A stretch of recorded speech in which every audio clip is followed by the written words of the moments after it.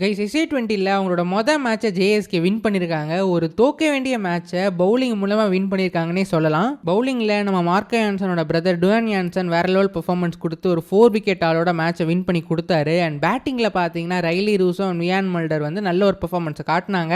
And இந்த மேட்ச்சில் பார்த்தீங்கன்னா டோனோன் ஃபெரா தான் விக்கெட் கீப்பிங் பண்ணாரு. ஸோ இந்த மேட்ச் எப்படி போச்சு அண்ட் ஜேஎஸ்கேயோட தாட் ப்ராசஸ் என்னவா இருந்துச்சு அண்ட் ஓவரால் பெர்ஃபார்மன்ஸ் பற்றி பார்த்துலாம் கைஸ். ஸோ வீடியோ ஃபுல்லாக பார்த்துட்டு லைக் பண்ணுங்க. அண்ட் சேனலுக்கு ஃபர்ஸ்ட் டைம் மறக்காம சப்ஸ்கிரைப் பண்ணுங்க. இப்போ கைஸ் வீடியோக்குள்ளே போகலாம். ஃபர்ஸ்ட் மேட்ச்சில் நமக்கு டாஸ் கிடைக்கல கைஸ். ஸோ நம்ம தான் ஃபர்ஸ்ட் பேட்டிங் ஆடணும். பிச்சு வந்து முதல்ல கொஞ்சம் கஷ்டமாகவே இருந்துச்சு. அண்ட் இந்த மேட்ச் ஓப்பனிங் பார்த்தீங்கன்னா ஃபாஃப் டு பிளஸஸோட மேத்யூ டிவிலியர்ஸ் தான் இறங்கினாரு. நம்ம ப்ரிடிக்ஷனில் பார்த்தோம்னா அட்லீஸ்ட் ஒரு விக்கெட் கீப்பர் ஓப்பனராக ஓப்பனிங்ல ஆடுவாங்கன்னு நினச்சிட்டு இருந்தோம். பட் ஜேஎஸ்கே விக்கெட் கீப்பராக டோனன் ஃபெரா வச்சு தான் போயிருக்காங்க. ஸோ அப்போ என்ன தெரிய வருதுன்னா மேபி மேத்யூ டிவிலியர்ஸ் பதிலாக ஜேம்ஸ் வின்ஸ் வந்தோடனே டேரெக்டாக அந்த இடத்துல ஸ்லாட் இன் ஆவாரான்ற ஒரு கொஸ்டின் மார்க் இருக்கு. அண்ட் அதனால தான் காம்பினேஷனை டிஸ்டர்ப் பண்ண வேணான்னு இவர் ஆடலையான்ற மாதிரி ஒரு பாயிண்ட்ல யோசிக்க தோணுது கைஸ். அண்ட் இது கூட பார்த்தீங்கன்னா நாண்ட்ரே பர்கரோட இன்ஜுரி இஷ்யூஸ்னால பாதி சீசன் ஆட மாட்டார் போல. ஸோ அவரும் ஆடலை.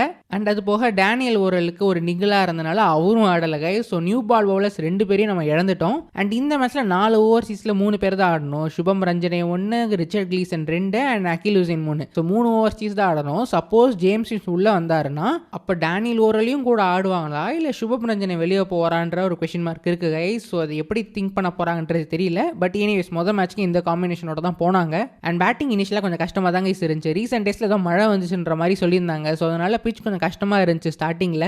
அது ஒரு 75% ரீசனாக இருந்தாலும் ஃபாஃப் வந்து கொஞ்சம் ரொம்பவே ஸ்ட்ரகிள் பண்ணாரு கைஸ். அந்த ரஸ்டினஸ் தெரிஞ்ச மாதிரி தான் இருந்துச்சு. ஸோ இனிஷியலாக ரன்ஸே சுத்தமாக வரல. ரன் பால் தான் through out the power play ஆடிட்டு இருந்தோம். ஓப்பனர்ஸ் 2 பேர் போனதுக்கு அப்புறமா ரைலி ரூஸ் அண்ட் வியான் மல்டர் ஒரு நல்ல ஒரு பார்ட்னர்ஷிப் போட்டாங்க. இனிஷியலாக கொஞ்சம் ஸ்லோவாக ஆடிட்டு இருந்தாங்க. அண்ட் போக போக ஒரு 9th and 10th ஓவர் கிட்ட வரும்போது நல்லா அக்ஸலரேட் பண்ணாங்க.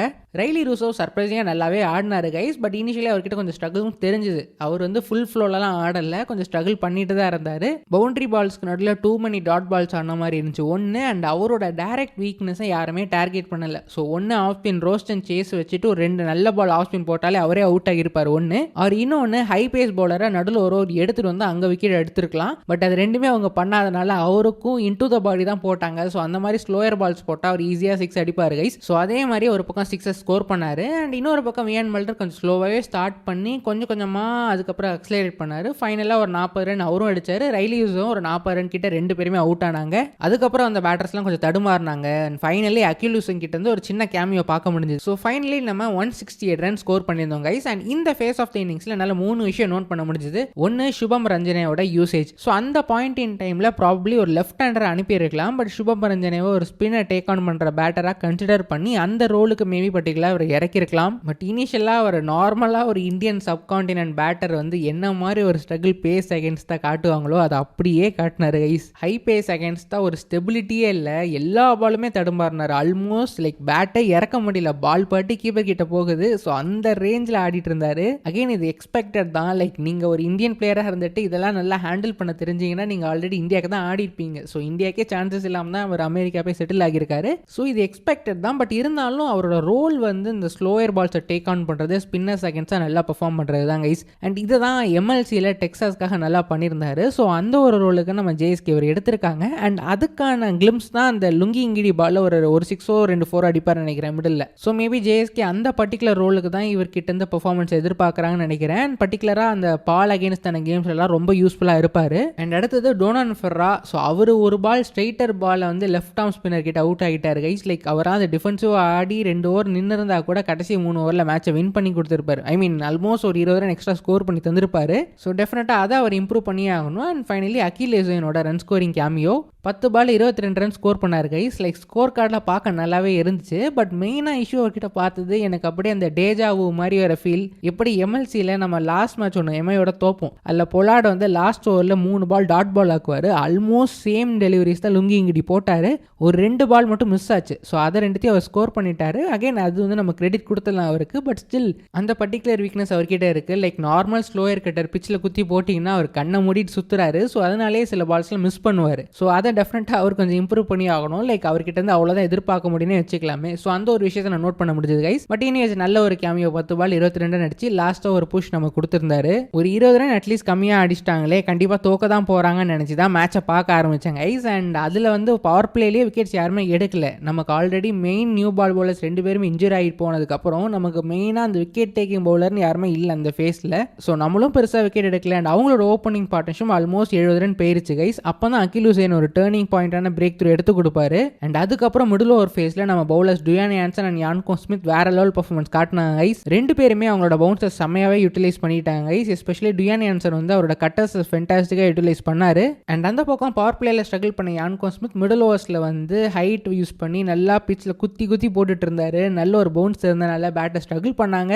எஸ்பெஷலி டெவால் ப்ரூஸோட விக்கெட்டை ஒரு ஷார்ட் பால் பவுன்சர் மூலமாக தான் எடுத்தாரு கைஸ். இந்த ஒரு பர்டிகுலர் வீக்னஸ் அவருக்கு எப்போலேருந்தோ இருக்குது கைஸ். பட் இப்போ தான் மெயின் ஸ்ட்ரீமாக நிறைய மேட்சஸ் அவர் ஆடாதனால நிறைய பேர் நோட்டீஸ் பண்ணுறாங்க. இது ஆல்ரெடி 2-3 விஷயம் முன்னாடி நிறைய பேர் சொன்னது தான். டெவால் ப்ரூஸ்னா ஹைப்பே ஷார்ட் பால் போட்டால் அவுட் ஆவாருன்னு. சர்ப்ரைசிங்லி 2-3 வருஷமாக இந்த வீக்னஸ் இருக்குது. அண்ட் அதையும் அவர் இன்னும் ரெக்டிஃபை பண்ணாமல் இருக்காரு. இதுக்கப்புறம் ஐபிஎல் முன்னாடி பண்ணுவாரான்றது கேட்டால் டெஃபினட்டாக ஹைலி அன்லைக்லி கைஸ். பிகாஸ் அவர் இதுவரை எஃபர்ட் போடல.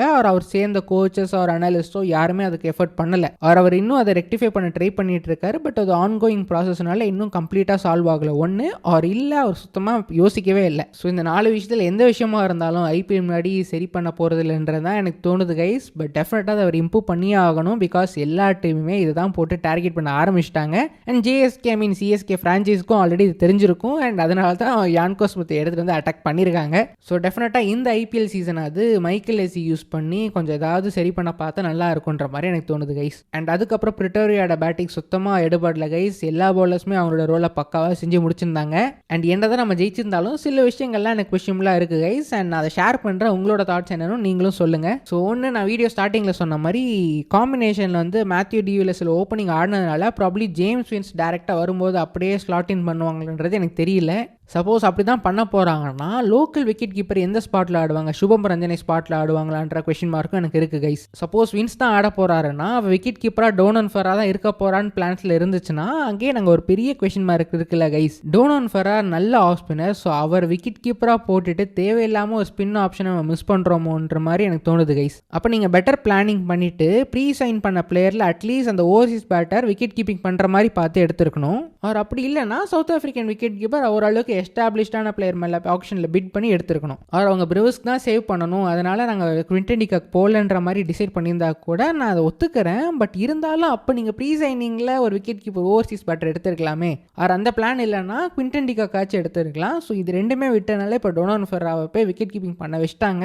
அண்ட் இது டெம்பரரியாக ஒரு மேட்சுக்கா இல்லை ஃபுல் டோர்னமெண்ட்டும் அப்படி தான் இருக்க போகிறோமான்றது நமக்கு தெரியல கைஸ். வரப்போகிற மேட்சஸில் நமக்கு கிளியராக தெரிய வரும் அந்த பிக்சர் என்னன்னு. அதான் சில விஷயங்கள்லாம் பார்க்கும்போது என்னடா பண்ணுறாங்கன்ற மாதிரி யோசிக்க தோணுது. பட் எனிவேஸ் வரப்போகிற மேட்சஸில் எல்லா பிளேயர்ஸும் அவைலபிளாக இருக்கும்போது இன்னொரு பெட்டர் பிக்சர் வரும். ஸோ கைஸ், நீங்கள் இந்த மேட்ச் பார்த்தீங்களா? உங்களோட தாட்ஸ் என்னதை மறக்காமல் கீழே மென்ஷன் பண்ணுங்கள். So thank you so much for வாட்சிங் வீடியோ பிடிச்சா மறக்காமல் லைக் பண்ணுங்கள், சேனலுக்கு சப்ஸ்கிரைப் பண்ணுங்கள், உங்களோட ஃப்ரெண்ட்ஸ்க்கு ஷேர் பண்ணி விட்ருங்க. அடுத்த வீடியோவில் பார்ப்போம். தேங்க்யூ ஸோ மச் ஃபார் வாட்சிங் அகைன். Take care. பை.